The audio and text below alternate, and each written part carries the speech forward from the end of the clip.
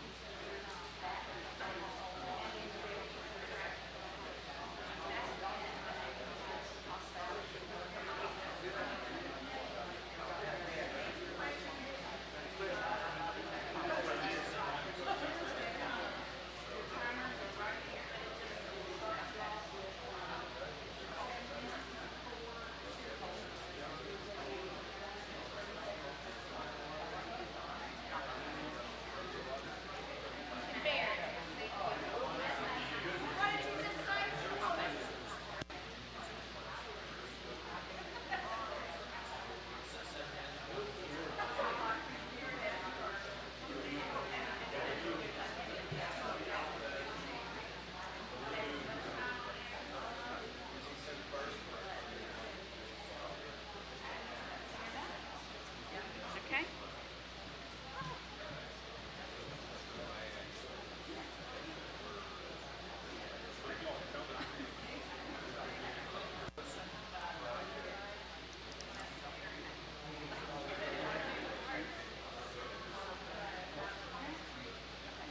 Perfect.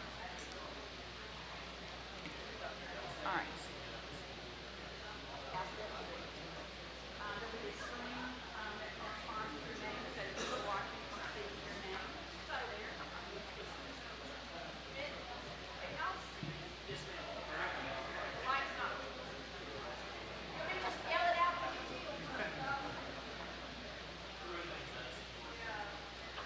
I think you should do it like the YMCA. Stand up, do this.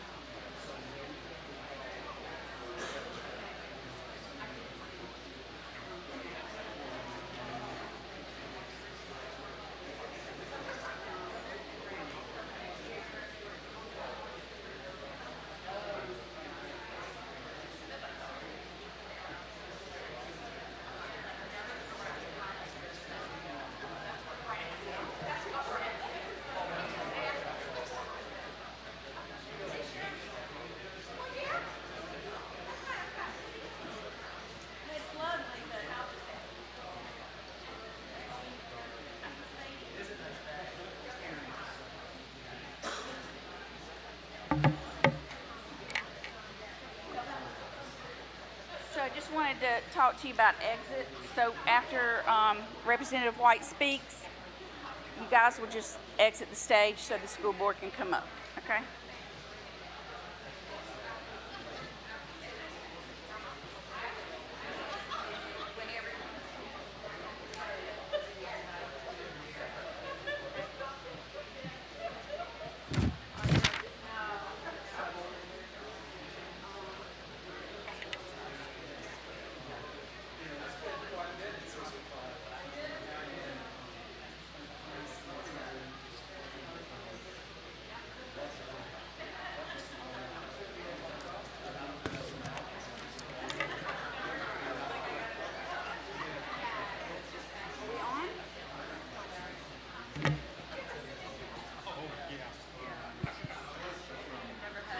Testing. Good evening, everyone. My name is Dana Wooten, and I'm President, CEO of the Clayton Chamber of Commerce, and I'd like to welcome you, those of you who are in the audience, and then those of you who are watching online. Thank you for attending. I really appreciate it. I'd like to thank the candidates on stage and the school board that's in the audience that will take the stage later. Appreciate you being willing to participate in our forum tonight. I also want to thank our Legislative and Governmental Affairs Committee who put this event together, developed the questions for this forum, and helped make our chamber an advocate for the business community in the Clayton area. So I'd like to take a minute to thank them. Brad Palmer, who is with Edward D. Jones, he is our chair and moderator for this evening. Andy Curtis is with Wake Med Hospital. Brent George is United Community Bank. Brian Stoker with Griffles. Ruth Anderson with RNE Consultants. James Lipscomb and Lane Horton with Hometown Realty. Hannah Smith and Dave DeYoung with Riverwild. Shayla Jones with Novo Nordisk. Lydia Routhier, Town of Clayton Economic Development. Patrick Pierce, Town of Clayton Economic Development. Kyle McDermott, UNC Johnston Health. And Dean Penny and Al Barnes with the Copper District Craig Davis Properties. I want to thank each and every one of them. I'd like to thank my staff, John Toscas and Maria Smith, for helping put this event together as well. So at this time, I'd like to turn this over to our moderator, Brad Palmer. Good evening. Thank you all for coming. I really appreciate it. I know the Legislative Governmental Affairs Committee put a lot of work into this, and I just want to thank them personally as chair. Sometimes I feel like I don't do much work other than just nod my head and say it's a great idea. So a few ground rules I would like to go over is each candidate is going to have 7 minutes to answer a question. Questions will be randomly drawn. These questions were given to the candidates prior to this meeting, so they had time to answer them and make their notes. One thing we would like to stress is every time we've had this event, it's been a very professional, fantastic event with great decorum, both from the candidates and the people in attendance. So I ask you all to please exercise decorum, civility. Do not call out candidates in your answers. People are here to learn about you and what you stand for and your thoughts on the questions we ask. So if there are not any other questions, we'll go ahead and get started. We'll start with the North Carolina Senate. We will go through the Senate and then to the House. And once they're finished, they will exit and we'll bring up the school board and follow a similar format. So again, thank you all for coming, and I hope it's very informative for you this evening. And without further ado, we'll get started. So the first question, we have a basket of questions here, and I will just randomly pull one out, let the candidate know the number so they can make a reference, and then they'll have 7 minutes to answer it. So our first question is for you, Mr. Ansley, and it is number 10. And what is your plan with the gas tax? More and more vehicles are full electric and do not pay this tax. What solutions do you think will fund the Department of Transportation adequately? Thank you very much. Okay. Well, I'll just tell you right now, I think, we're really seeing inflation really get people right now. So I think the last thing I would want to see is any kind of tax increase, either on gas or on Johnson County or North Carolina citizens. Yes, I think the truth of the matter is more and more vehicles are going to go to electric, and that's a good thing. But I would also say, that power has got to come from somewhere. And so I think, one of the things I've heard proposed, which I absolutely do not support, is tracking vehicles, electric vehicles, and tracking people, determining their mileage, where they're going, how much they're driving. I do not believe that that is a good idea, and I would definitely oppose that. I will tell you this, I think, our state has done some good things. We've got a balanced budget amendment, we've got a rainy day fund, and right now, as I understand it, we're running a surplus. So the idea of, especially now with inflation being what it is, raising taxes, especially on gasoline, just does not seem like a good idea to me. Now, do I believe that we could potentially tweak where the state spending is put so that the DOT gets some more funds? Absolutely, and that's the General Assembly's role, working with the governor to make that happen. A little bit about myself. I'm a licensed architect. I work in downtown Raleigh, live in Archer Lodge. And so many people have asked the question, why are you doing this? I am not a politician, not really run for office before, but I would just tell you straight up, I do not believe this state has been run well over the last 2 years. We have seen schools shut down. We have seen kids miss thousands of hours of legitimate class time because of COVID. And so for that reason, the things I'm passionate about is I believe in school choice. I really believe that the money should follow the child. And by that I mean, if you as a tax-paying citizen, you want to divert your dollars to homeschool, private Christian school, private school, charter school, whatever it is your choice that aligns with your faith and values, you should have that right. And so if elected, that is going to be absolutely kind of a number one priority for me. As a Christian, most of our schools, the Bible is banned. Any mention of Jesus Christ is absolutely forbidden. And so as a Christian, how do you raise your children in the fear and the admonition of the Lord in a school system where that's not permitted?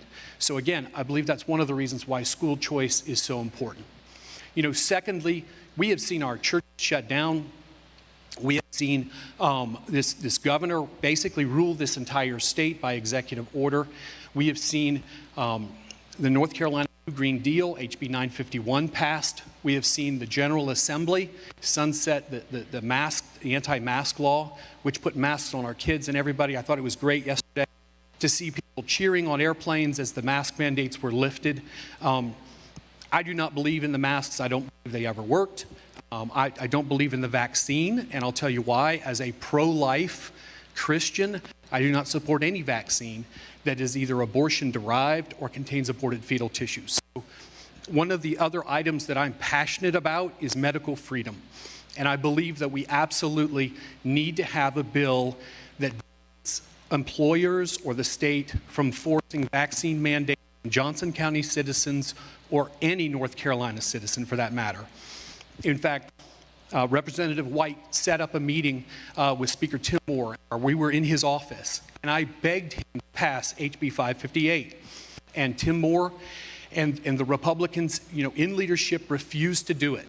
They made it clear that they wanted to support the right of businesses to impose vaccine mandates. I think that's wrong. So if elected, one of the things I'm going to definitely be pressing is to revive HB 558 or some version thereof so that we can protect North Carolina citizens from having to choose between a rushed to production vaccine that's still highly experimental with many issues like as reported on the CDC website or their job. Would not be basically forced to make a decision like that. Pardon me. So, again, I think one of the things that we've got to do too is, we've got to elect strong leaders, leaders that can stand up, to Phil Berger, Tim Moore, Roy Cooper, and the rest, and fight for the Constitution Many of you have heard me speak before about the fact that I believe our Constitution was violated when our churches were shut down. Article 1, Section 13 gives us religious freedom and liberty, and that right should never be imposed on. And that right was not only imposed on, and our church services were limited to 10, but no one did anything about it.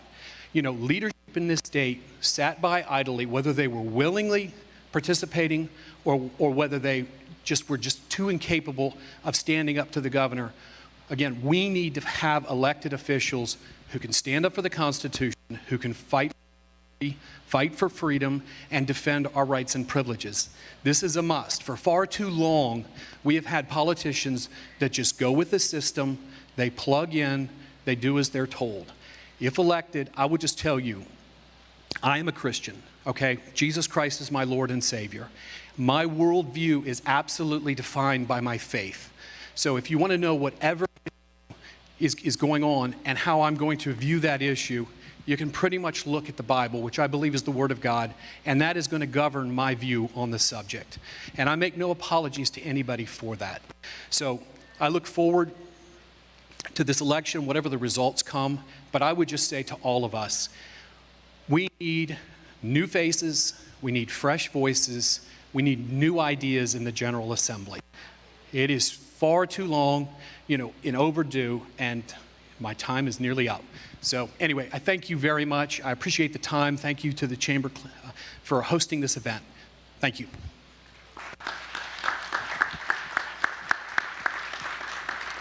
Thank you, sir. And one thing that I was remiss in mentioning is after the event, we will have time for you to meet the candidates if you'd like. So our next question is for Ms. Holman, and it is, Johnston County is home to over 14,000 veterans. What can you do as a state representative to make sure veterans are cared for? I'm sorry, it is number 14. Thank you. Oh, no, you're right, it is 18. Yeah, sorry. Great. Great. Thank you to the Chamber and Brad for your question. Dana, great to see the other candidates. So I know everybody's working hard here and appreciate the time. And so I know, Brad, we were talking a little bit beforehand that he was very excited about this question. So I'm sorry about my answers. But I just first wanted to share, so I'm going to talk with you about three things. First, we'll speak to the question. Secondly, I'll tell you a little bit about myself. And thirdly, talk to you about what I'd like to accomplish and work on in the State Senate. So my name is Jill Homan, running for the State Senate. And so as we think of Johnson County's home to 14,000 veterans, and as I was reflecting on this question, I was reminded of newly elected Governor Glenn Youngkin. And when Glenn Youngkin was elected in Virginia, he said he wants to make Virginia to be the most military-friendly state in the country. And when I heard that, I thought, why not North Carolina, and let's beat them to the punch. And so I'd like to first applaud Donna White and the state legislature for passing pro-military measures, and that's what Brad and I were talking about along the lines of providing tax relief to military pensions. But as we look more locally about some of the opportunities we have, I think since much of the challenges with the military happen at the federal level with federal policies, with accessing VA health care, what I would be working with is working with our congressional delegation and to make sure the needs of the members of the military are relayed to the congressional delegation. I have to say, we've been knocking on a ton of doors and been speaking with the military, and they do have concerns, and so what we try to do is connect them with the congressional delegation as well. Also, there has been occupational licensing reform done in the past for the military, and I'm not sure if everybody here knows occupational licensing reform, but basically for many professions, in order to be a barber or to, to be a hair braider, you need to go to school and get licensing. And as military members and their families are moving around, you move from Virginia to Alaska to North Carolina, and you and your family, it's hard to adhere and get all the occupational licensing that you may need to have. And so the state legislature has provided some flexibility with the occupational licensing, but I think in reading the statute, maybe more can be done around that to make it even more flexible and easier, particularly for military spouses to get jobs. And I also want to make sure, all of the fees are waived as well. I think we need to engage with the VAs and VFWs and all the military organizations in the county. I was speaking with some seniors yesterday, and one of them said, I'm in the military and I have a lot to give. How can I get involved? And so that's one of the items. And then in speaking with a number of officers in the police, I think we want to look at ways that they can use the GI Bills and join the police agencies and still utilize their GI Bills. And also just want to make sure that we have our veterans have something to come back to and that we can provide the resources that they need. And then finally, just was reflecting on our challenges that we have in education, and more particularly as we have teachers that are leaving the profession, are there opportunities to expedite certification and make it easier for our folks in the military to go into the teaching profession? So those are a little bit I wanted to share with you. Also wanted to share a little bit about myself. So half my family's from rural Ohio. The other half is from the Raleigh area. I am a mom, a Christian, a business owner, so I run a North Carolina-based business. And my experience, I worked on Capitol Hill for a Republican member of Congress. The member of Congress that I worked for had a district that included suburbs, agriculture, and a military installation. So we worked on a variety of issues, and I handled agriculture policy and some foreign policy for the member. Following that, I went to work with John Deere Corporation in Cary and was a manager for them, and then decided to combine my work experience with combine my work experience with education, and went to get a Master's of Business and a Master's of Public Policy at Duke. My family that are big NC State fans were not happy with me, but nonetheless, and today I run a business and we invest in low-income communities across the country. I've been politically active for 25 years, but I'm also a first-time candidate as well. And the question that I also get is, why are you running? And for me, I'm terribly concerned about the direction of our country and our state. And I'm concerned about the content in our education system, and also concerned about the upward mobility of the folks that are living in poverty as well. The issues that we're focused on here in Johnson County is, first and foremost, it's education, the impacts of significant growth in our county, and also the costs of inflation. And with education, it's the quality of education, and it's also, we want to empower parents to be in charge of the content in our school systems, and refocusing our classrooms on the basics of education: reading, writing, and arithmetic, and not social and emotional learning. And then moreover, I support school choice and sending a child, enabling the parent to send a child to a school that best fits his or her needs, whether it's public, private, or homeschool. And I support allocating resources to parents so that they can better access educational outcomes such as opportunity scholarships. And in the fast-growing counties such as Johnson County, we have tremendous needs for transportation, but we also must balance that with farmland preservation. And two of the committees that I would work to get on would be the Transportation and Agriculture Committee, so following in the footsteps of Senator Barnes and also Senator Jackson.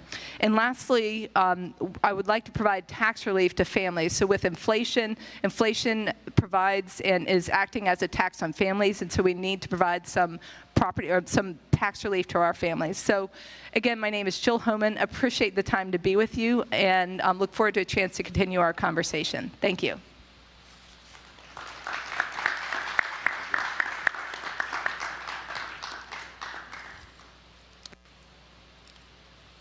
All right, our next question is for Mr. Sari, and it is question number 15. The needs between urban and rural areas frequently do not align. How will you balance the needs of a growing urban area and a rural area? Thank you. And I'll repeat what everybody else has said. It's great to be here tonight, and I appreciate the Clayton Chamber for hosting this. And I look forward to hearing from the school board candidates here in a little bit. That's a topic on everybody's, I guess, the tip of their tongues this election cycle. My name is Benton Sorry, and I'm running for North Carolina State Senate. Great question, because Johnston County has some very unique needs. I've talked about this on many occasions before, but Johnston County is really two counties bundled up in one. We have a very fast-growing suburban area we're here in Clayton, it's in Archer Lodge, it's in Cleveland, it's in other parts of the county. But then we have a traditional eastern North Carolina community in places like Smithfield and Selma and Pine Level and Brogdon and Micro and a couple other places.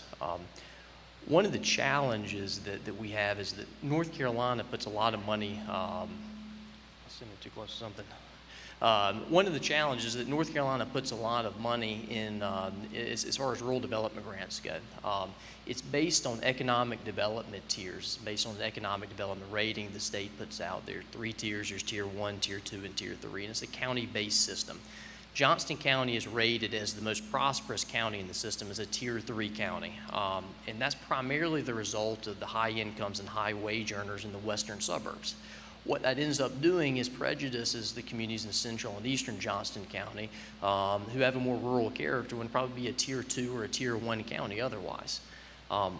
I want to go to Raleigh and I want to fight to change the economic development tier rating and the way that we actually approach this situation in state government, because it impacts economic development, it impacts state funding for broadband grants, it impacts transportation funding, it impacts funding from all levels and all governments, even to the federal level, who look to state-based systems in order to determine where money goes. To do that, we need to regionalize it further. It needs to be based on census tracts or municipalities. So that way, folks in Bentonville, for example, I was in Bentonville last night at the Bentonville Volunteer Fire Department speaking to the firefighters there, and interestingly enough, they were having trouble with their broadband internet access. Less than a mile and a half down the road is Wayne County. If that fire department was located in Wayne County, they'd be eligible for $350 million of broadband infrastructure funding. We cannot prejudice our rural communities based on an artificial construct of a county line. We have to recognize that within fast-growing counties like Johnston County, that there are rural parts and there are urban parts, there are suburban parts. And the way to do that is to make sure that the resources that are available for folks are available to everybody based on the needs. Healthcare is another big issue. Healthcare is a significant divide between suburban, urban, and rural communities. There's access issues, there's lack of practitioners, there's lack of facilities and things of that nature. We need to work on expanding healthcare opportunities by making sure that folks like physicians, assistants, nurse practitioners, and other people can practice at the top of their license. That'll make it more affordable, that'll make it accessible, that'll make it so that rural communities have access to quality healthcare that they otherwise wouldn't be able to access. Education is another big one. Everybody's talked about it here tonight. Education opportunity is a big issue. I'm a big believer, like everybody else, I think, up here in the topic of school choice. The school board's probably going to talk about that tonight. I believe that we should expand our opportunity scholarship program to support small private schools. I believe that we should also expand the vocational and technical education training within the high schools and within the community college systems so that you can graduate with a marketable skill by the time you turn 18 or get a 2-year degree and live and work and have a wage in your community that can support and give back. Johnston County is unique. Johnston County is special in that regard because of this rural-suburban divide. And I think that's what makes me a particularly good candidate for this seat.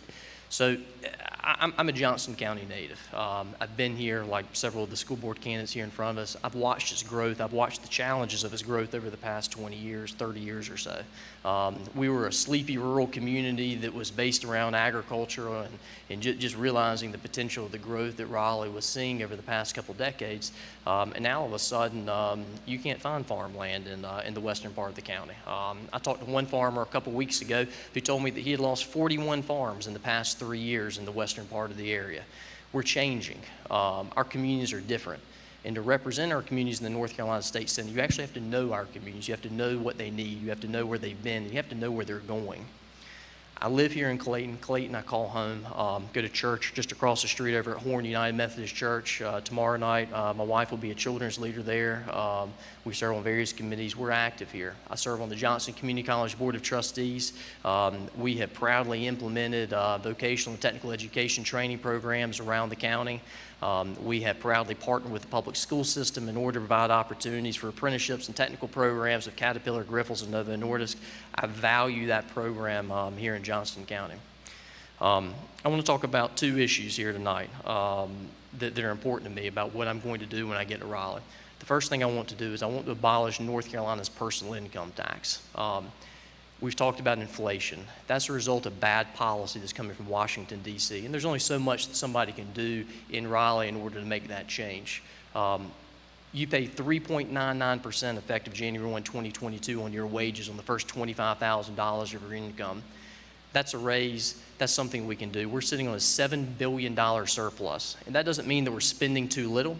That means that we're taxing too much, and that money belongs back in your pockets. That money belongs back in the pockets of the small business owners and the farmers that are pass-through income earners. That belongs back in the wage earners so that you can put it back in your community, you can invest it in your family.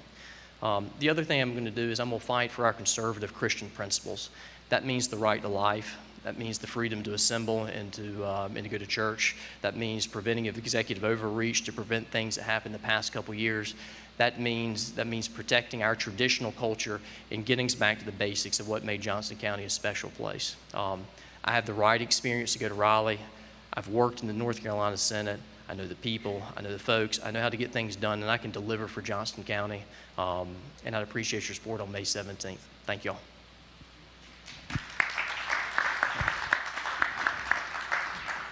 All right, thank you to the candidates for the North Carolina Senate. We will now transition to the House, and the first question is for Mr. Walker, and it is number 16. What do you think the role of state government is in local and county governance?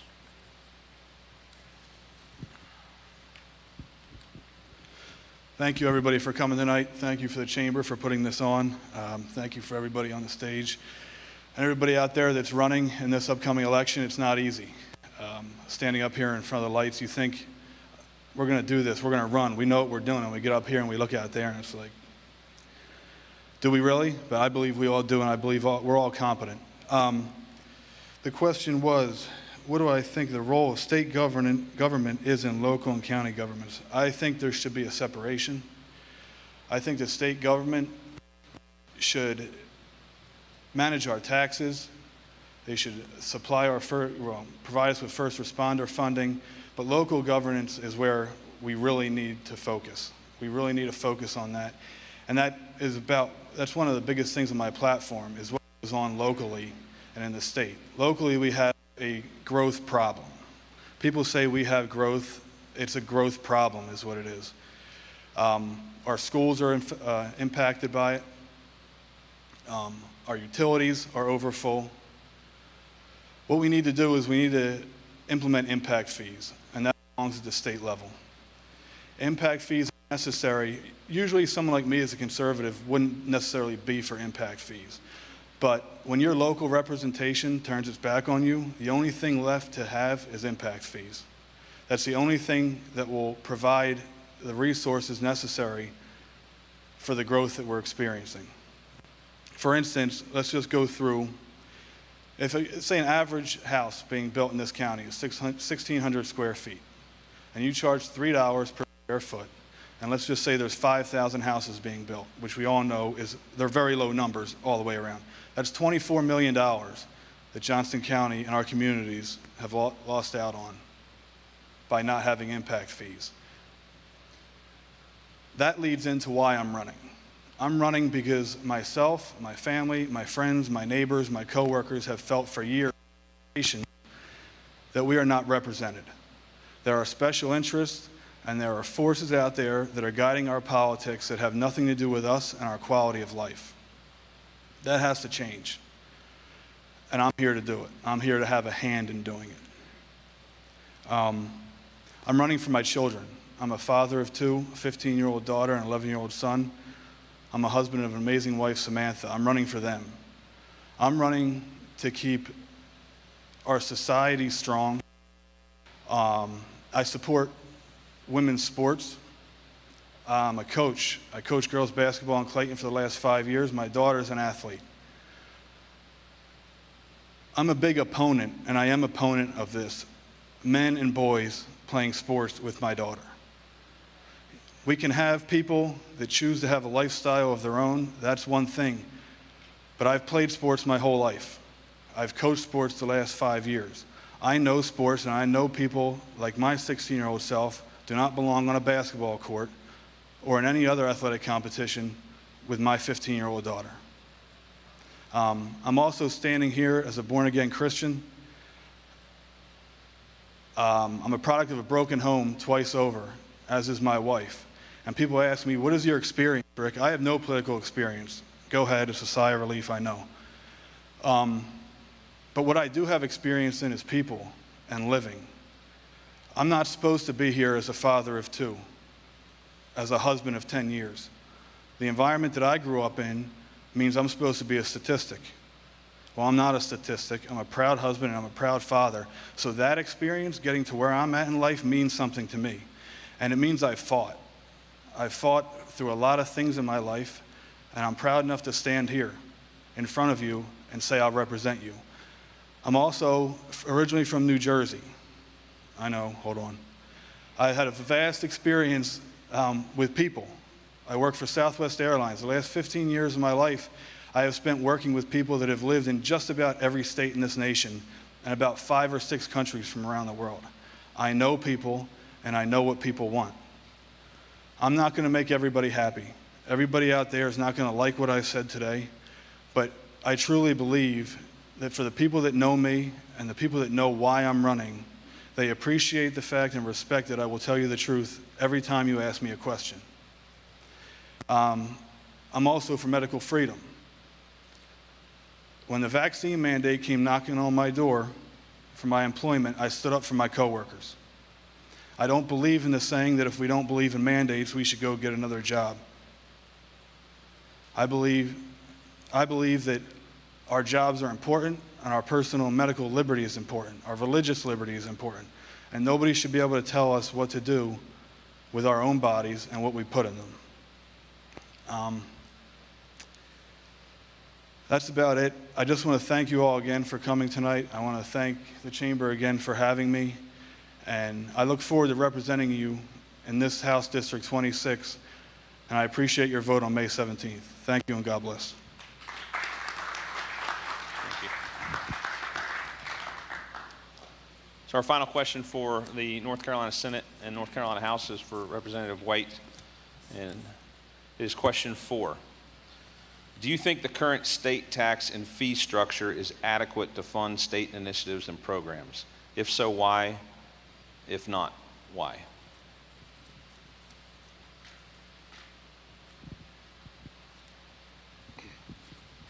Good evening. It's good to be with y'all tonight. Thank you, Dana. Thank you, Brad. And thank you for all the legislative committee that put this together. It's a great opportunity for everyone. You all did great. You did great. And I'm just glad to be a part of the panel tonight. Of all the questions that they could have given me, I was really hoping, since I'm a nurse, they would give me all of those health questions, but I guess that would have been too easy, right? Okay. The question, do you think the current state tax and the structure is adequate to fund state initiatives and programs, and if so, why or why not? After tightening the belt for a couple of years following the Great Recession, we developed a plan to reduce taxes and not go along with the model that had been used too long in North Carolina. It was overspend and tax some more. We took a different approach, and there was a lot of people in North Carolina, and you may have been some of them, that didn't really like that. But it is working. Instead of rising debt, our state has a surplus secondary to responsible spending by the North Carolina House and Senate. Businesses are coming to our state. Taxpayers have more money in their pocket until this recent inflation, but we've done some things to fix that as well, or working on that. We continue to reduce personal income tax, and although that does not reduce the current issue of inflation, it keeps more money in your pocket to combat the rising prices. We will continue to lower taxes. We will continue to look at options at the state level to lessen the negative impact of the current issues of inflation. Our state, let me just stop there and tell you a couple of things that we did ahead of time, not knowing this inflation was coming right now when it came. The ports of Wilmington. We literally have widened and deepened the ports, and we've given them the physical infrastructure that they needed so that even though it doesn't address the issues specifically of inflation because of the current issues related that's causing the inflation, but what it does do is get your products here to you quicker and faster, and it keeps our shelves stocked better in North Carolina than in some of the other states. So that is one of the benefits of some of the actions that we've taken that has addressed some of the inflation issues. Keeping your taxes lower, of course, is also padded your pocket a little bit more. It doesn't make the cost of products less, but it does give you a little extra that you would not have had if you were having to pay that out in taxes. Our state within the last 2 years has ranked 1 and 5, 1, 2, 3, or 4, 3, 4, or 5 in 25 categories for being business strong. We have fostered an attractive environment for economic development through effective conservative policies, prudent budgeting, and common sense tax reform. As long as we have good paying jobs, attracting college and non-college skill level employees, the economy will grow as long as we have a conservative legislature that will continue our safe and thoughtful spending and lower taxes to benefit our constituents. That is jargon. What you need to help us with and remember is that in 2010, our state was in a recession and was just coming out of a recession. And we went in, not me because I wasn't there, but the conservative legislature took over. And at that time, North Carolina was in a mess economically. We did not meet any of these 25 categories, 1 through 5.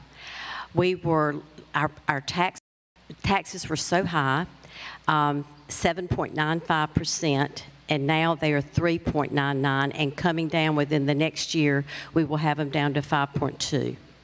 So when you can look at just that, just in the 10 years, 11 years that the Conservative Party has been there, that is what has happened to your tax rate.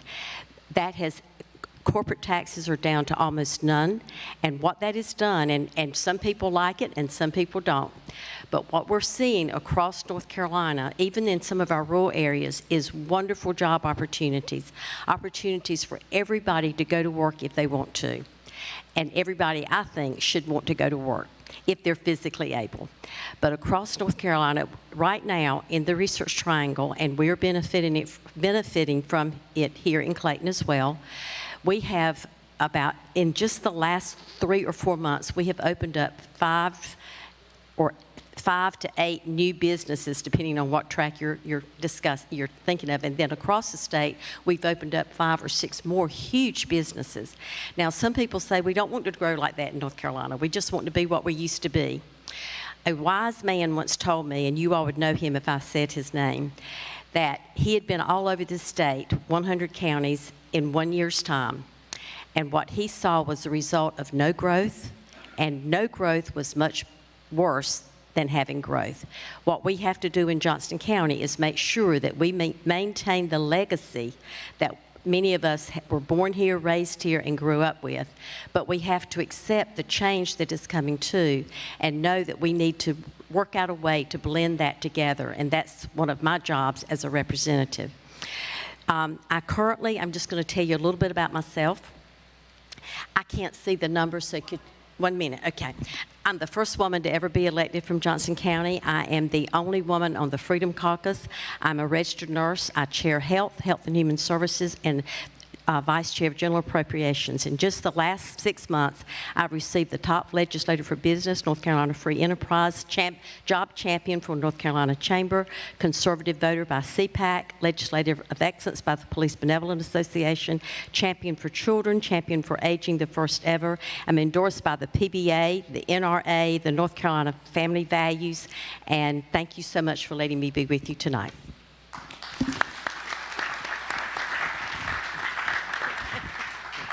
All right, thank you to the candidates.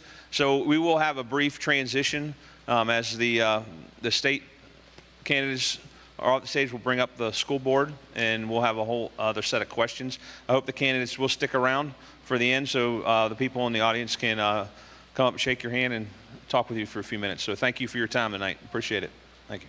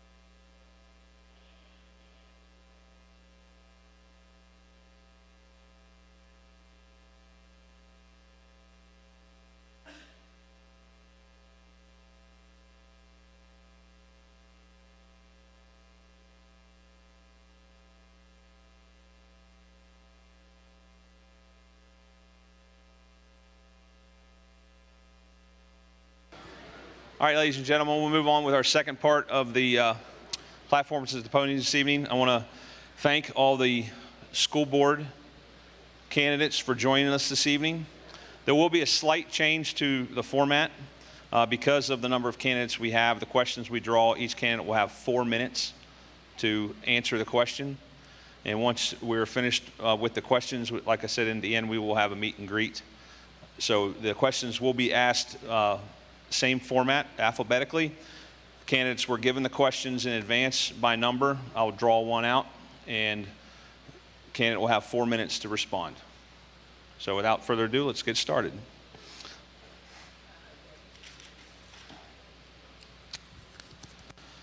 All right, so the first question is for Ms. Antoine, and it is number 11. And how will the Johnston County Public School System maintain our most qualified teachers in the county?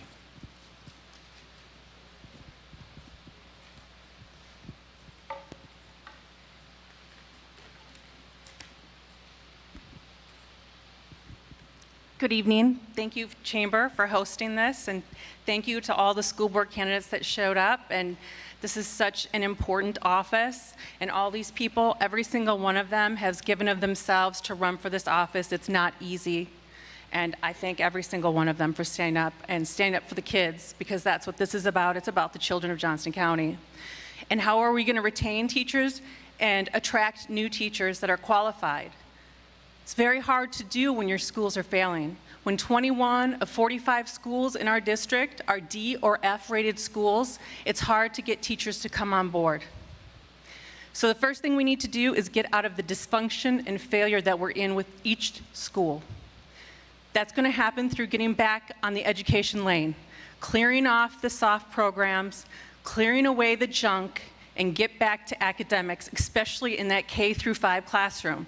We need to get back to math, back to reading, back to writing, all those things that are so important, because if we don't get it right at the elementary and primary levels, it's not going to be right at the middle and high school level either. So first we need to straighten up our schools, get focused in the right direction, and teachers are going to start looking at us again. The next thing we need to do is bring back respect to the classroom. The teacher right now is seen as a guide at the side. They're no longer the centerpiece of the room, the instructor. And we need to return that respect to them. And we need to have administrators and principals standing behind them who have their back, because it is not easy right now. They face all kinds of things. We have to stop heaping more jobs onto their plate. They are not counselors. They are not curriculum writers. They are not all different kinds of things that we've decided that they need to do for a very minimum wage. So we're going to clear their plate, set it with academics. We're going to set up some structure. We're going to get discipline back in the classroom. A lot of teachers are feeling very, very attacked by their own students because there's no structure. It's been chaotic inside those classrooms. We've got kids tearing up bathrooms. That has to change. We need to bring back discipline and structure because kids need that. I have 7 boys at home, trust me. They need structure. We bring back the structure, we bring back the academics, and teachers are going to want to teach in Johnston County again. And we can rise again. Because really, the closest person to the student has the most impact, and that's the teacher. So let's get those teachers back. Let's bring in new teachers that are excellent. And I would really hope that some of those teachers that were close to retirement and opted out, we can bring some of them back too, because they are real gems in our system that we have lost. And I want to bring some of those people back and get us back on track. So I'm going to talk a little bit about me. I'm Michelle Antoine, running for the Johnston County Board of Education. I'm a mom to 8 great children, married for 23 years. I've lived in a lot of different places across the country. I grew up in Wisconsin, lived in California for 10 years, then also moved to Chicago and lived here. I have a master's of science, and I was formerly licensed, so I understand education. I'm a huge advocate for education. I have a 4-point plan at michelleantoine.org on how we're going to get our schools back on track in Johnston County. And it's 4 points, and it's going to be accountability. So every tax dollar is going to touch a child inside a school. No more wasted resources. Authority back to the parents. Achievement and attainment. Check me out, michelleantoine.org. Thank you.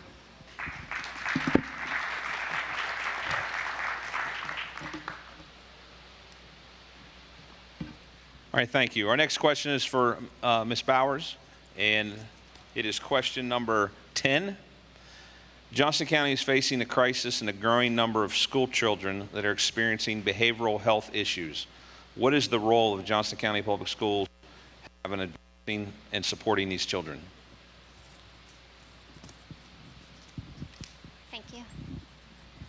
Thank you to the Chamber for putting this on and giving us the chance to get up here and tell a little bit about ourselves and what we stand for. So to answer this question, on my paper, I would put warning, I may step on some toes. So the question was, Johnston County is facing a crisis in the growing number of school children that are experiencing behavioral health issues. What is the role Johnston County Public Schools have in addressing and supporting these children? I think first we need to acknowledge why we have these behavioral issues in Johnston County. This is not just a Johnston County issue. This is a countrywide issue. I believe this stems from 2 main reasons. Number 1, cell phones and social media. And number two, the lockdowns that we have had for the past 2 years, and children have not been inside of a classroom. So I think we need to start there before we can start saying what a school can and cannot do. And I feel like the role of the school is to support these students, but not to parent these students. So we need to have better relationships with the parents. Teachers should not be having students do surveys every day about how they feel and then tracking and monitoring all of that. But as a teacher, as a professional, you know your kids. You walk into a classroom, you can tell if they're having a good day, if they're having a bad day, if something's not right, if their grades are falling, if you know, you can tell. That teacher can then refer to counseling, who does not do anything except for contact the parents, because it is the parents' right and responsibility to decide how their child's mental health is going to be treated. I do believe that we can support by having better control of phone usage in schools. I've said things that have somewhat gotten me in trouble, as far as, you know, we have all of these books in schools, and I said something about, but we're so willing to give our 5-year-old a smartphone. And people wanted to eat me alive about that, but it's true. Yes, you may have blocks, all kinds of blocks on your child's phone, but you don't have blocks on their friend's phone. You don't have blocks on the children in their classroom's phone. So we need to have better control over what our students are viewing in schools. I believe that would be a good support measure. So that is the answer to my question. We need to monitor how these phones are being used. Parents need to step up and not worry about hurting their children's feelings, but protect them. And we need to have our students in school and support them as best that we can as teachers and school counselors.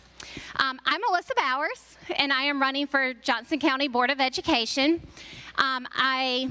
If I had to describe myself in 3 words, it would be Christian, mom, and wife.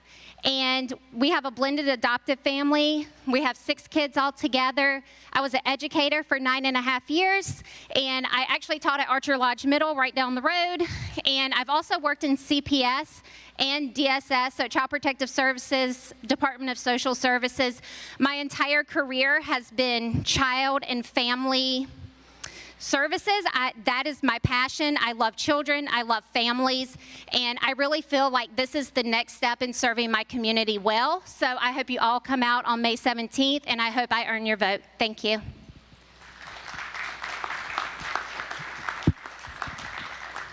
All right, thank you. This next question is for Mr. Byrd. It is number 16.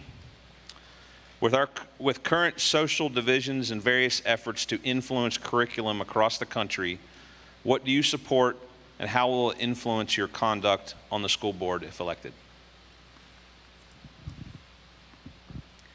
Again, we are thankful to the chamber again for allowing us the opportunity to be able to share our thoughts and ideas here on tonight. I think as a current board member, this is a great opportunity for me to be able to speak to some things that we're already currently doing on the board. This question, again, what would you do to support, and how will it influence your contact as a board member? As a board member, it's important to support what our local superintendent is doing currently. I think Dr. Bracey has a very aggressive plan in terms of raising the academic standards of our students by 2023-24. To make sure all of our students are A, B, or C in terms of the academic standing. I know there's various things that are going on across the United States, but I think it's important for us to focus on what's going on locally and what we need to do in terms of making sure that Johnston County schools progress and be the school system that are able to make sure our students are progressing and making sure those students are in a place that they can begin to do academically better, so they can eventually do economically and socially better as well. Again, the plan of having that aggressive plan is something that we as a board members are currently focusing on now. If you look at the various things we've done in terms of our math and English curriculum, the things we're doing in terms of our K through 5, a lot of the things we're doing is pointing towards making sure, again, that we're moving things in the right direction as Prince George's County Public School. Again, this goal is very aggressive. I think it's important that us as board members and whomever comes on the board, even the 2 members that will be joining us on the board, are people that understand that it's a team and not just individuals. I think it's important for us to understand the things that we already have in place and how we can continue to build on what's already been established. I think anytime you come on a team like this, it's important to be able to listen. I think that's a strength of mine, not necessarily having a lot to say, but the ability to be able to listen and understand. All of us have an opinion, but at the end of the day, what's going to be best for students, what's going to be best for teachers, what's going to be best in terms of moving a system to a place that we can get through. Again, I'm Al Bird. I am a native Johnstonian. I was born in Smithfield. I attended Johnston County Public Schools. My wife was a teacher in the Johnston County Public School System for 17 years, and my 2 daughters are graduates of the school system. I am a Johnston County guy. I believe in our system. I believe in our people. I believe it's the greatest county. Obviously, it's the #1 fastest growing county in the state right now at about 27%. So we have a lot of things that are in front of us. And if we can stay focused, continue to get behind our superintendent and this cabinet, I believe there's some wonderful things we can do in terms of push education to another level here to make sure our students are successful. Thank you for this opportunity and your time.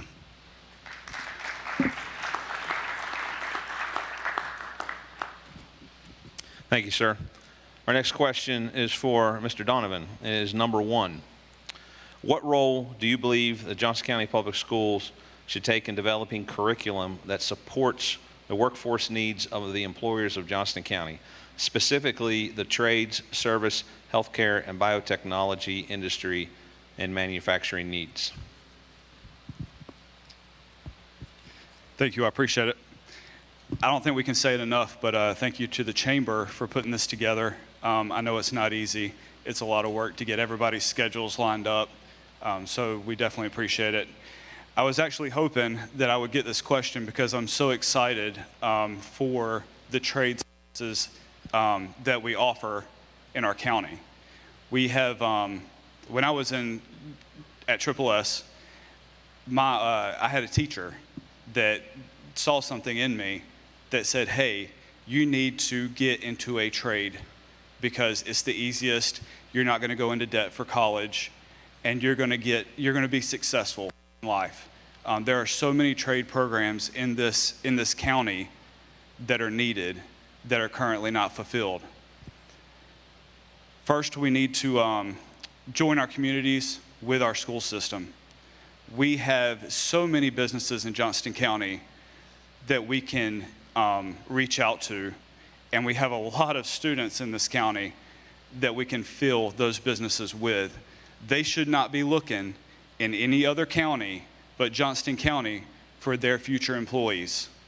We need to make sure that they have whatever role they want to go into after graduating high school, that we make it available. For example, Princeton, their only offer that they have is the ag program. If they want to get into robotics like SSS has, they can't do it because it's not offered over there. So we need to make sure that we offer the trades to all the schools so we can make all the kids successful. As well as doing trade programs, we also need to offer financial literacy programs for our kids. Right after high school, what is the first thing that they get bombarded with when they go to college? They get bombarded with credit cards, loan offer programs, and they can get in a heap of debt really quick without knowing, and it will take years for them to get out of it. We have got to make sure that these kids are have a financial literacy program offered to them so when they leave the school, they know how to manage their money. To give you a little bit of information about me, my name is Kevin Donovan. We're all running for what I call the most important race in Johnston County because we're representing the kids that do not have the voice or the vote in our county. I'm a husband. I have 2 kids currently in Johnston County Public Schools. One is 6, kindergarten, and one just turned 10 and thinks she's going to be 16.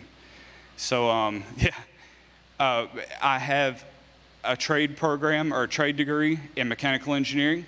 I'm a robotic programmer for our Aerospace Corporation, and I have a local business here in North Carolina. I grew up in Johnston County. This is my home. This is my investment. My kids and our kids are our investment to this county. We need to make sure that they're going to be as successful as possible. Thank you. Thank you. All right, our next question is for Mr. Fisher, and it is number 9. Public safety is arguably the most important factor to a successful and vibrant community. How would you balance the need for education funding versus public safety funding? Good day, good evening. Let's get this party started. I was really hoping that I did not get this question. No, that was a joke.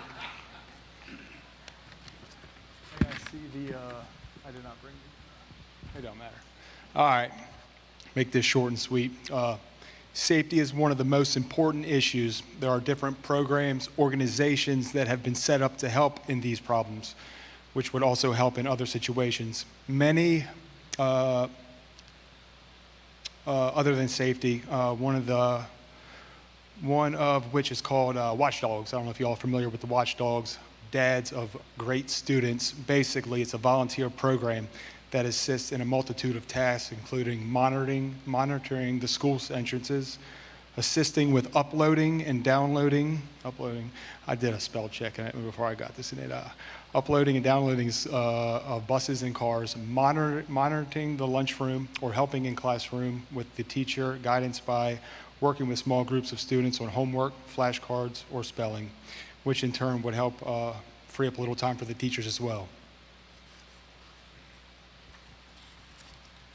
Excuse it. I need to get one of them iPads. All right, I'm gonna do a little skipping around right here. There are many issues that Johnson County schools and staff face: overcrowding, teachers frustrated with lack of time and pay, staff and students' safety, to mention a few. If all of these issues were solved today, I believe we still would be missing the most important issue of all. Curriculum being taught to our children. What good is it to fix these problems and lose our children in the process? I don't want to sound dramatic, but there's a sinister agenda to destroy the country as we know it. I couldn't find who quoted this, but when the tree is young, the branches are tender. Whoever is pushing this anti-human agenda knows if they can control the learning at a young age, they will carry those lies into adulthood, ultimately leading to depression, drug use, and death.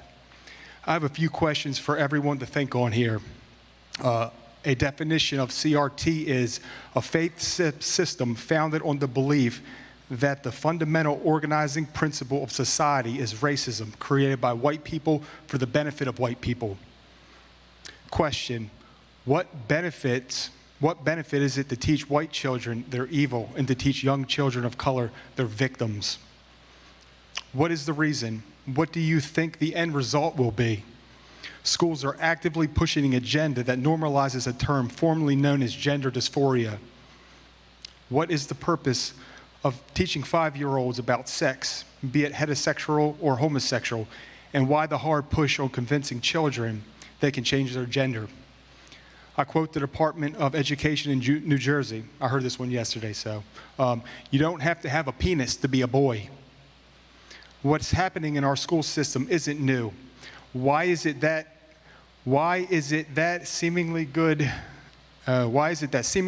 decent, moral people keep electing these people who allow this filth to indoctrinate our children? It's my duty as a Christian to point out falsehoods. Does anyone really wonder why our society looks the way it does? We have removed truth from our schools and inserted lies. That is it. My name is John Fisher. School board, make fish the dish. Thank you. All right, thank you, sir. Yes. So next question is for Mr. Lane, and it is question number 12. As a new school board member, what steps will you take to ensure additional school capacity is built to catch up with existing demands?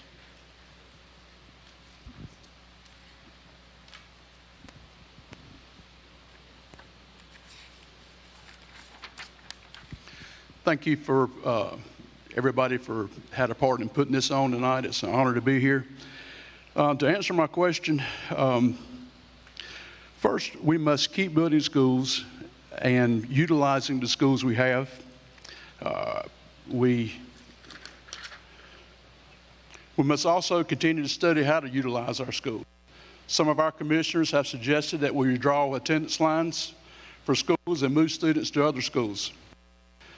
From the information I have, that is a temporary solution to a problem. We need to be notified when approval of a subdivision is taking place. We need a school representative at all meetings, both county and municipal, when a new development is being discussed. The school system should have input at those meetings and discuss where the kids will go to school. Need to have land purchased in needed areas. The county commissioners should buy land for future schools in strategic locations in the county where growth is projected. This should have been done years ago by our county commissioners, but instead they weren't proactive. They just kicked the can down the road, and now the present board, we have a huge problem. We have to have a long-term plan for school bonds. We have a current bond planned, and if that bond don't pass, we're going to be in a real bind. I'd like to go back to another question.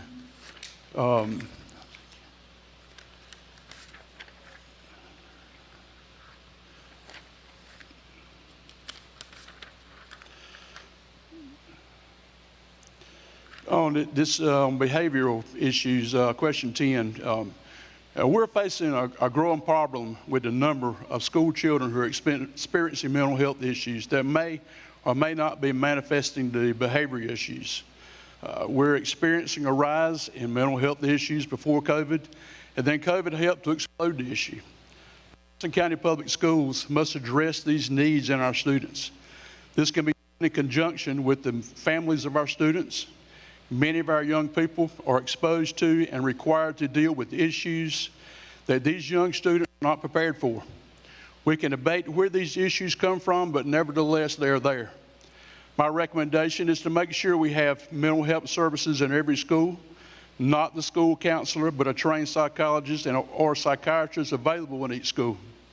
We cannot put the requirement of counseling on our guidance counselors, not when they're dealing with testing, group classes, and other issues. Many of our schools already offer mental health services, but this needs to be expanded. And now a little bit about myself. Of course, my name is Mark Lane. I'm a candidate for the Board of Education here in Johnston County. I'm a lifelong resident of Johnston County. I grew up just outside of Smithfield on my family farm where I live today. I graduated from local high school, Smithfield Selma. My wife and our 4 children graduated from that high school, and I'm proud to say I have 4 grandchildren that attend Johnson County Public Schools today. I was a parent volunteer when my kids were in school. I'm now a grandparent, and I'm volunteering in school with my grandchildren. I'm a retired firefighter. I served 26 years with the Smithfield Fire Department, and my time is about to give out. I just want to say one more thing about masks. When I'm elected, hopefully the history of the mask in our schools is over. I predict one day, though, with the different variants of COVID, that the mask will come back, and my time is up. Thank you.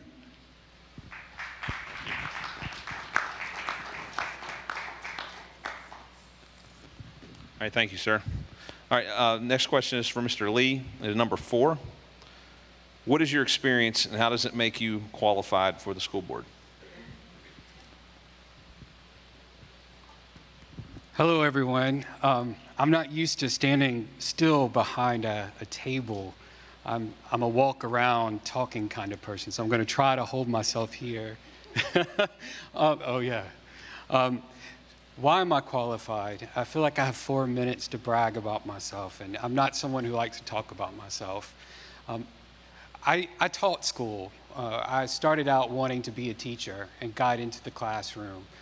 Did my practicum teaching at Fulmer Middle School in Casey, South Carolina. loved teaching, loved the idea of teaching, had a passion for it. Realized after getting out of school that I also needed to be able to pay for my student loans. Once I finished, I had about $70,000+ in student loans, and decided to change my career path. Since then, I've worked across the country. I've worked in Washington, D.C., and in Maine, Delaware, Louisiana, and spent most of my time actually here in North Carolina. My job has been working, what I've enjoyed listening to Mr. Brenton back there talk about was the rural communities and the urban communities and the changing dynamics of our counties, especially Johnston County. My career, that's one of the things I've been looking at is how do we revitalize these counties? How do we look at community health? How do we look at education? And using my background as a teacher to help do that. Also, as a teacher, have created one of the largest watershed science-based curriculums that's still used across this country. It's used by the United States Department of Agriculture. It's used by NOAA Fisheries to help teachers. I know about education. I know about how a classroom works. I know how to evaluate curriculums that are provided to teachers to teach. Now, on the flip side, being a board member, you also have to understand budgets, how to navigate those budgets, how to make them something that you can audit, how to make them accountable. Here I go, I'm starting to walk. How to be responsible with that money. In my job, I've also had to manage in large budgets, multi-million-dollar budgets, $42 million for my current job. Past jobs, even more than that, up to $100-something million. I know how to count the penny, to dot the I, to cross the T, to make sure it's efficient. On top of that, I'm in our schools now. I've worked in our schools, I've volunteered in our schools, I've led school-wide ELA curriculum contests. Just last year, I was in a local school where I spent time talking about the development of language and how gematria, how we used to use numbers for words, and the beauty of how you take that to learn about the value of grammar, and how you take that to learn about the longevity of the written word. I've done that with our teachers. I've been in the classroom as a teacher, a volunteer. I've written curriculum, I've worked with budgets, I've written policy and procedures, I've developed operational processes to improve the efficiencies of government functions. I could do this job day one, no problem. Lastly, as a communicator, one of my things, and a leader, is to always remember the value of input. There's this term called psychographics, understanding why people believe what they believe and how they develop their thoughts to make decisions, and how that influences what they want from you. I value that concept of understanding why you believe what you believe and how you come up with those thoughts. I'll take that with me to make those decisions on the school board. Thank you so much for your time. I hope I can earn your vote. Thank you. Thank you.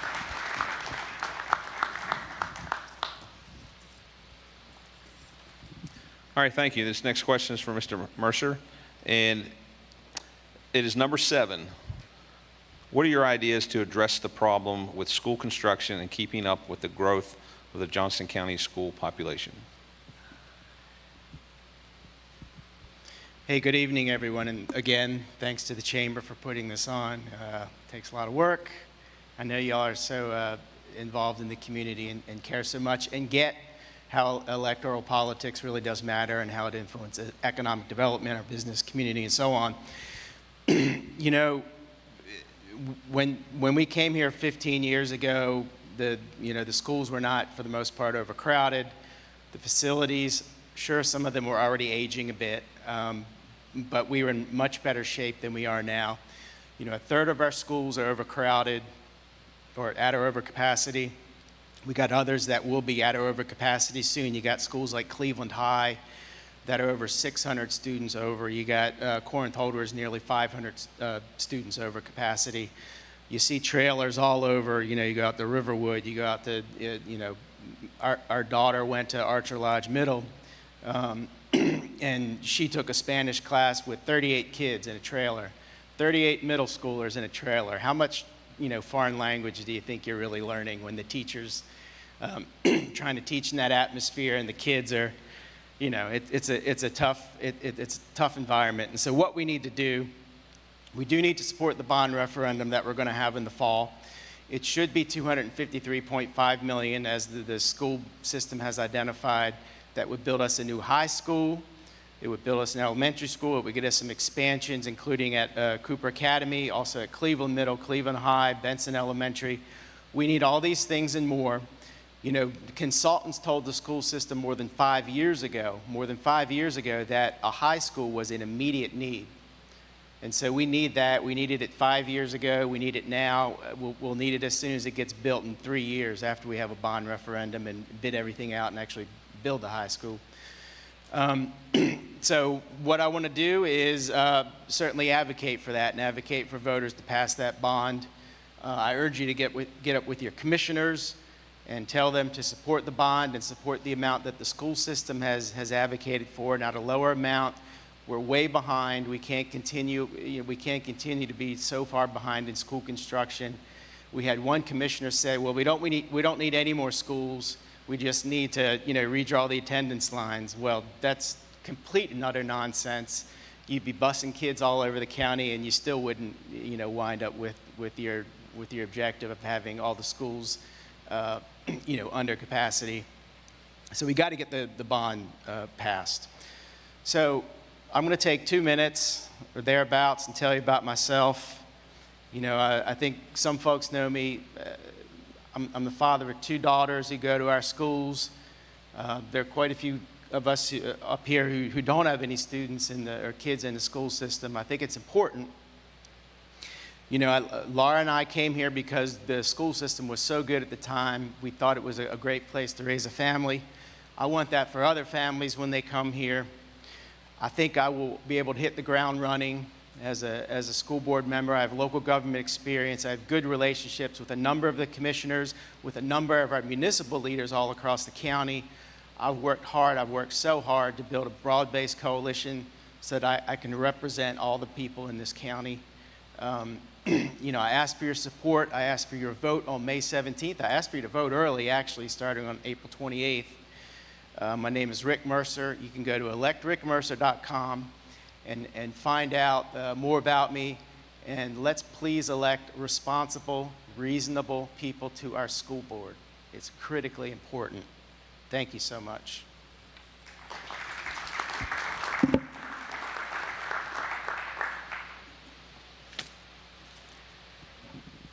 Thank you, sir. Next question is for Mr. Preston, and it is number 6. What do you see for the future of Johnston County Schools? Hello, everybody. I'm Joe Preston, running for Board of Education. Obviously, I want to thank all these candidates for coming out, state, house, everything, chamber putting this on. What do I see for the future of Johnston County Public Schools? Well, right now, I don't think it's looking very good, I'll be honest with you. And one of the things that I'm running for is an office that I hope doesn't exist when my term's over. I'm hoping to break up Johnston County Public Schools. I would like to see the county be districted out just like it is with the commissioner seats at a minimum so that everybody is actually represented when you go to elect a Board of Education person. At this point, if whoever here gets elected, the chairman decides what group of schools they're going to be over. So the entire county is not represented when you elect people, okay? You need to understand that. So at a minimum, we need to have it districted out, but I'd really like to see it go to complete separate districts where Clayton High School would have its own school district with the feeder schools that come into it. South Johnston would have its own school district. The 6 or 7 major high schools would have their own school district. And the only people that could be on that school board would be people that live in that district. And the only people that can vote are the people that live in that district. We're here in Clayton right now. So I'm guessing most of you are probably from Clayton. If you were to vote for me and then they put me in the Benson area, how does that benefit you? It doesn't make sense. You just heard my friend here, Rick, just talk about the $253 million, the first stage of a future $720 million bond that's coming. How does that affect you if your schools aren't being, you're not getting a new high school, you're not getting a new elementary. So what does the future look like? Not very good, to be honest with you. My name is Joe Preston. I'm running for Board of Education. I'm here for a reason. I want to see this whole system change. It has to change. Just electing the same people, doing the same thing over and over, having 7 people control 45 schools, 37,000 students, 4,500 staff. We've got almost 500 job openings. It doesn't work. 7 people can't control 45 schools. Think about that. It's impossible. We need to break this up. There are 100 counties in North Carolina right now. There are 115 school districts. So there is a precedent for this. There are 15 school districts that are outside of the counties. I don't know how it'll be done. I don't know that yet. I'm not privy to that information, but it can be done. So I would appreciate your support on May 17th. Help me out. Let's break this thing up. Let's put this back in the hands of each individual community. Let them decide what they want to do for their schools, because it's common sense.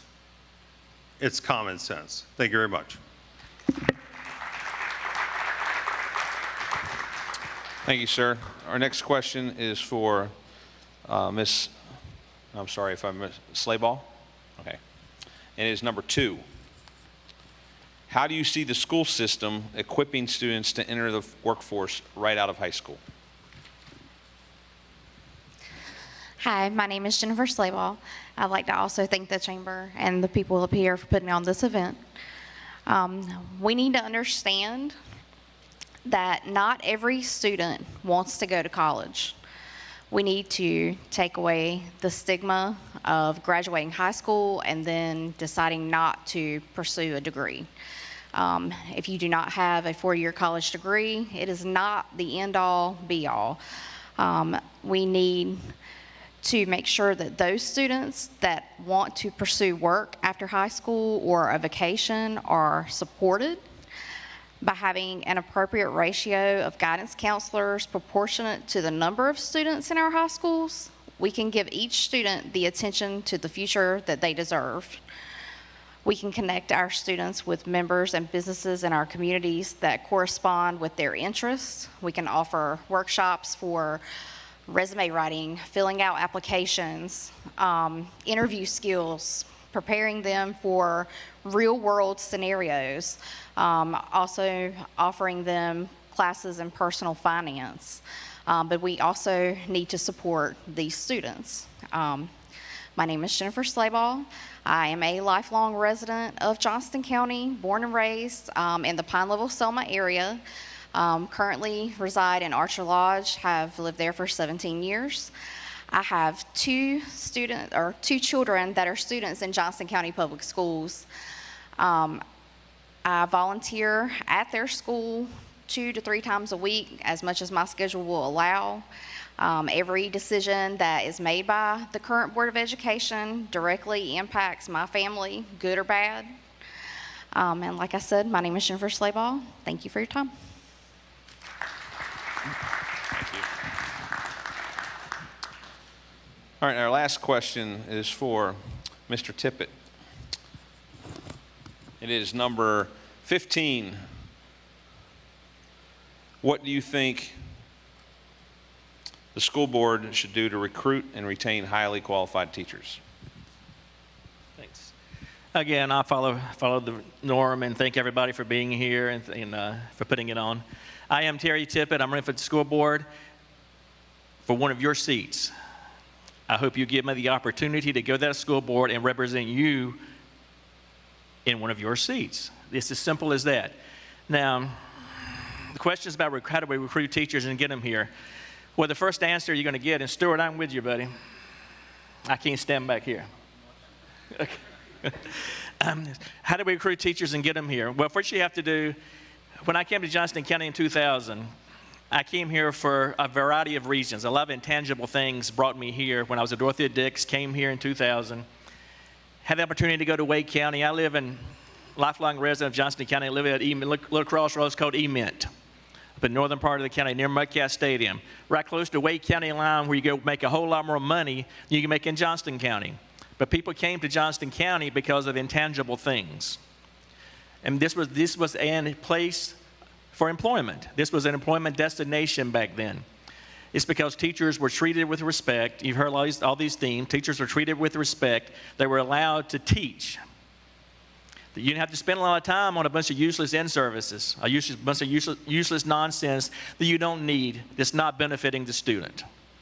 What we got, and now the answer you hear is we got to pay more money. What you have to understand, guys, is that gap between Wake County and Johnston County is always going to be there. We increase as much as we can. What we do as a school board is work with other school boards in this state and get a whole new playbook and transform Johnston County Public Schools. The old playbook obviously isn't working. When you're up here in the state and you dropped it here in the state, there's something wrong. And either you keep doing what you're doing and blaming everybody else, or you change your playbook and you put something in place that's going to work. And don't worry about how many toes you step on. Don't worry about how many people you offend. I might not get elected for saying stuff like that. I didn't get elected in 2020 for saying stuff like that, but I'm not going to shut up because that's what needs to be done. And if you can't see it, if you're happy with the status quo, if you're happy with being on the bottom, then keep voting for the same kind of people and put them on the school board and keep supporting those same folks on that school board.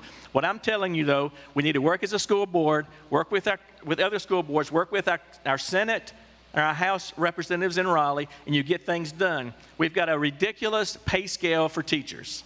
That's where you start at. That's how you give teachers a little more money without it coming from the county, which increases teacher salary. What you also do, you work with other counties, with your congressional representatives. We have a useless Department of Education, one of the most useless offices ever been. The Jimmy Carter created, ridiculous in 1979. But we got to deal with it. We got to work with our congressional folks when they go to Washington and make something happen and get something happen in Johnston County. I didn't see that. It's done. 1 minute. All right. All right, so that's how we recruit teachers. You do the intangible things and make it an employment destination again. That's why teachers leave and go to charter schools, because you got more flexibility, more freedom, and you're respected a whole heck of a lot more than you're respected in Johnston County schools right now. I'm a lifelong resident of Johnston County, retired special ed teacher, athletic director, coach. My wife's a retired special ed teacher in the county. I guess I've been a part of Johnston County in some way, shape, or form since 1969 when I went to first grade. It's important to me. I'm committed to making Johnston County the best in the state. But I honestly don't care whose toes I have to step on to get there. That's not about me. That's not my problem. I'm tired of personal agendas taking over and affecting our students in this county. It is time for it to stop. Terry Tippett, School Board.